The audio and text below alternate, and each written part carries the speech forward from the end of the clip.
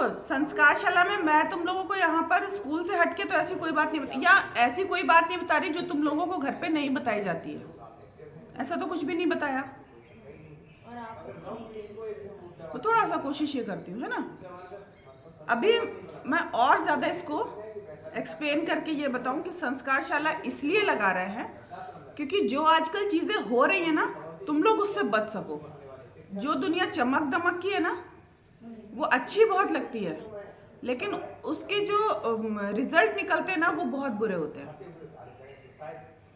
For example, अगर आजकल की ही न्यूज़ ले लें तो इंडियाज़ गॉट लेटेंट में जो हुआ, सबको मालूम है? क्या हुआ? नहीं मालूम। नहीं मालूम? किसी को नहीं मालूम? नहीं मालूम किसी को? तुम लोग थोड़ा न्यूज़ से दूर रहते हो ना, इसलिए नहीं मालूम। चलो, हमारी जो प्रेयर है, जो हम सबसे पहले करते हैं, आज तुम लोगों ने भी की, उसमें बोलते हैं माता पिता की सेवा और सत्कार करें। और जब हम लास्ट में जब हम अपनी क्लास ख़त्म करते हैं तो हम बोलते हैं ना, अपने अपने माता और पिता की जय, बोलते हैं ना। तो ये चीज़ समझ में आती है कि सबसे ज़्यादा सम्मानीय इस धरती पर भगवान के बाद माता पिता हैं। और कहते हैं कि अगर उनकी सेवा कर ली, उनकी बात मान ली, तो फिर भगवान की कर पाओ नहीं कर पाओ, क्योंकि अगर वो बुजुर्ग हो जाते हैं, अगर इनकी सेवा में तुम्हें भगवान की सेवा करने का मौका नहीं मिल रहा है तो कोई बात नहीं, इतना चलेगा, ऐसा बोलते हैं। उसमें जो उसमें जजेस बैठते हैं, कौन बैठते हैं, वो नाम उसका मुझे मालूम है, लेकिन किसी का नाम लेना ठीक नहीं है। तो वहाँ पर जो एक लड़का था, वो जो वहाँ पर आई थी लड़की, जो कंटेस्टेंट आते हैं, उनसे उसके माता पिता के बारे में बहुत ही बकवास बात पूछ रहा था, बहुत ही बकवास। और देखो, जो लड़कियां ये बोलती है ना कि हम नहीं मानते इन पुरानी बातों को, हम तो करेंगे, हम तो जानेंगे, हमें तो करना है, वो वहाँ पर खड़े होके इस जोक पर, जो कि उसके माता पिता के बारे में, वो हंस रही थी।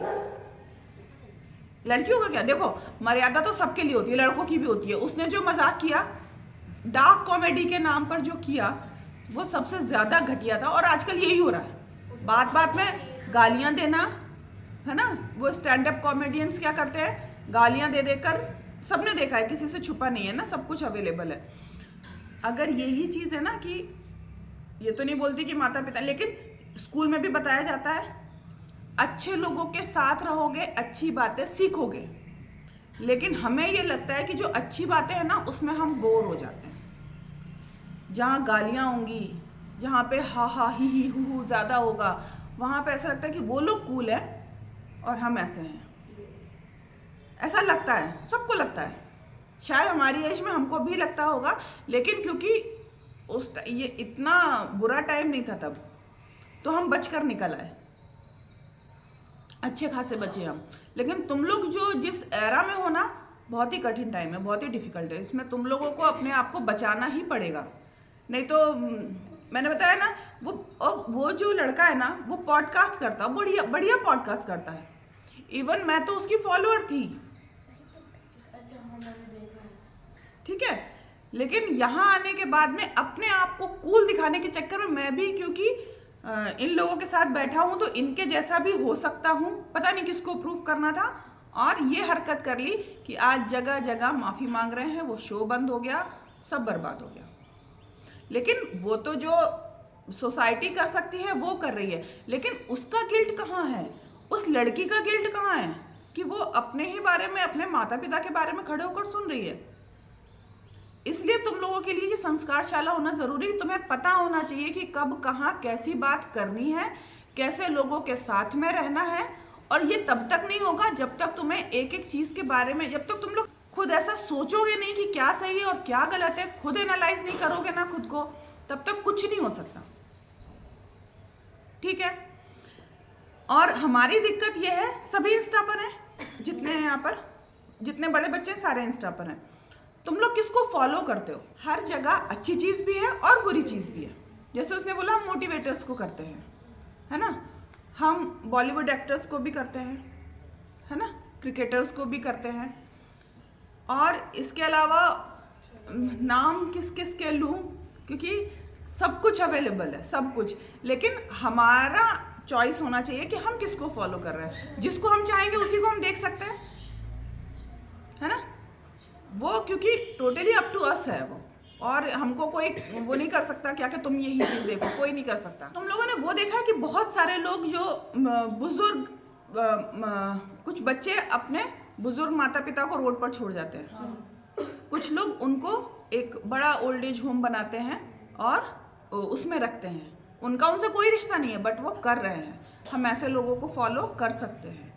कुछ लोग एनवायरनमेंट के लिए काम कर रहे हैं, पेड़ लगा रहे हैं, तालाब बना रहे हैं, पानी बचाने के लिए काम कर रहे हैं, हम उनको फॉलो कर सकते हैं। कुछ लोग गौ रक्षक हैं, जो मतलब गाय जाती हैं या गौवंश जाते हैं ट्रक में भर भर कर, ऑटो में भर भर कर, ठीक है, उनको बचाने का काम करते हैं ये गौ रक्षक, हम उन्हें फॉलो कर सकते हैं। गौशाला बनवा रहे हैं, हॉस्पिटल्स बनवा रहे हैं, जो भी और पेट हैं उनके लिए, पेट तो क्या जो रोड पर पड़े रहते हैं उनके लिए हॉस्पिटल्स वगैरह बनवा रहे हैं, उनका ट्रीटमेंट करवा रहे हैं, हम उनको फॉलो कर सकते हैं। मतलब ये तो हमारी चॉइस है ना, हम उनको फॉलो करेंगे तो हमें कुछ ना कुछ सीखने को मिलेगा। जो योगा प्राणायाम करवाते हैं, ये इन लोगों को हम फॉलो कर सकते हैं। मतलब ये प्रायोरिटी आपकी है, आपको फिटनेस से मतलब नहीं है, आपको मोटिवेशन से मतलब है, आपको कुकिंग से मतलब नहीं है ना, तो आपको एनवायरनमेंट से सीख सकते हो, तो ये तुम्हारी प्रायोरिटी होनी चाहिए। ये मैं सिर्फ इसलिए बता रही हूँ कि अगर तुम लोग भी उसको सुनोगे तो बहुत बुरा लगेगा, इसलिए संस्कारशाला जरूरी है ना। 19 फेब को ना शिवाजी महाराज, छत्रपति शिवाजी महाराज है ना, उनकी बर्थ एनिवर्सरी होती है। अब क्योंकि आज हम संस्कारों की बात कर रहे हैं इसलिए थोड़ी सी बात करेंगे, वैसे तो उनके बारे में बताने के लिए बहुत कुछ है। वो हो गए महाराणा प्रताप, हो गए पृथ्वीराज चौहान, हो गए, इन लोगों के बारे में जब हम बात करेंगे तो लंबी बात हो जाएगी, है ना। किसी दिन गोरा बादल के बारे में बताऊंगी, किसी दिन रानी पद्मावती के बारे में बताऊंगी, ऐसे बताऊंगी तुम लोगों को। तो अगर इनके बारे में बात करें, छत्रपति शिवाजी महाराज, केवल संस्कारों की बात कर रही हूँ इसलिए बता रही हूँ। इनकी माता जी जो थी ना, जब छोटी थी, मुगलों का टाइम था, तो उन्होंने क्या देखा कि हमारे भगवानों का इतना अपमान होता है कि शिवलिंग से जो जानवर बांधे जाते हैं ना खूंटे से, तो शिवलिंग से बांधे जा रहे थे। तो उन्होंने सोचा कि वो शिव जी की भक्त थी कि शिवलिंग का इतना बड़ा अपमान है, तो उन्होंने सोचा कि जब अब वो क्या, उन्होंने सोचा कि मैं नहीं, लेकिन जब मेरा कोई बच्चा होगा,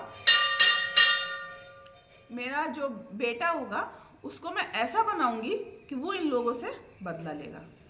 उनके पुत्र हुए छत्रपति शिवाजी, और उन्होंने ऐसा ट्रेन किया, लेकिन अब उसकी बातें अपन बाद में करेंगे कि वो कितने महान थे। आज सिर्फ उनकी संस्कारों की ही बात कर रही हूँ।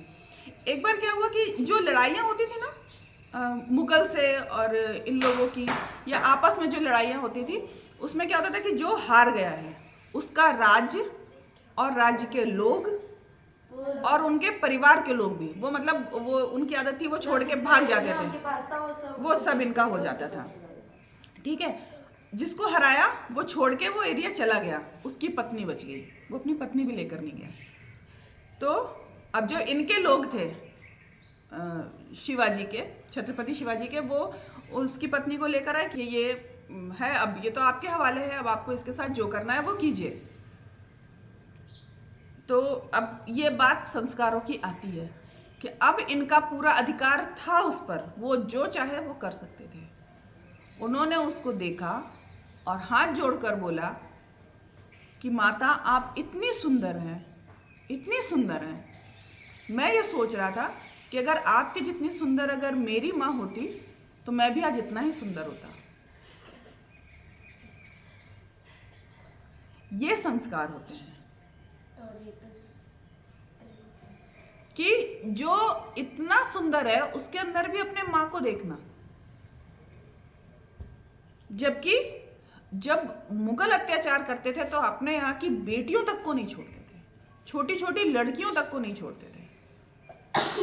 तो ये होता है सोचने, समझने और संस्कारों का फर्क। इसलिए कुछ हो नहीं हो, एक बार तुम्हारे पढ़ाई में कुछ % कम आएंगे चलेगा, लेकिन अगर तुम चरित्रवान नहीं हो तो क्या होता है तुम लोग जान सकते हो। हमने माता अनुसुईया की बात की थी। करेक्टर तुम्हारा स्ट्रांग होना चाहिए। माता अनुसुईया की बात की थी, वो इतनी पतिव्रता थी, वो सिर्फ अपने पति को प्रेम करती थी। जब भगवान 3 देव उनका टेस्ट लेने के लिए आए थे, उनकी परीक्षा लेने के लिए आए थे कि तुम हमको निर्वस्त्र होकर भोजन दो, तभी हम भोजन करेंगे, नहीं तो हम नहीं करेंगे। अगर उनमें ताकत नहीं होती तो क्या वो ये कर सकती थी? उन्हें तीनों भगवानों को बच्चा बना दिया था, ये बोलकर कि अब बिना खाए तो नहीं जाओगे, भोजन तो तुम्हें मैं कराऊंगी। लेकिन एक स्त्री जो होती है वो या तो अपने पति के सामने या अपने बच्चों के सामने निर्वस्त्र होती है ना। तो पति मेरे पास है, मुझे पति की कोई आवश्यकता नहीं है, एक ही पति। नहीं, बच्चे थे, लेकिन बच्चे तो कितने भी हो सकते हैं, तो आप मेरे बच्चे बन जाओ। और उन तीनों को बच्चा बना दिया। फिर माताएं आई, हालांकि हमने पूरी बात की हुई है पंचकन्या में, तो तुम वो वाला वीडियो तुम लोग देख सकते हो, है ना। तो इसलिए सबसे ज़्यादा ज़रूरी क्या है? अपने आप को चरित्रवान बनाओ, उसके लिए संस्कार होने बहुत ज़रूरी है। नहीं तो जैसे आज वो भाई साहब जगह जगह माफ़ी मांग रहे हैं, लोगों को माफ़ी मांगना भी नसीब नहीं होता।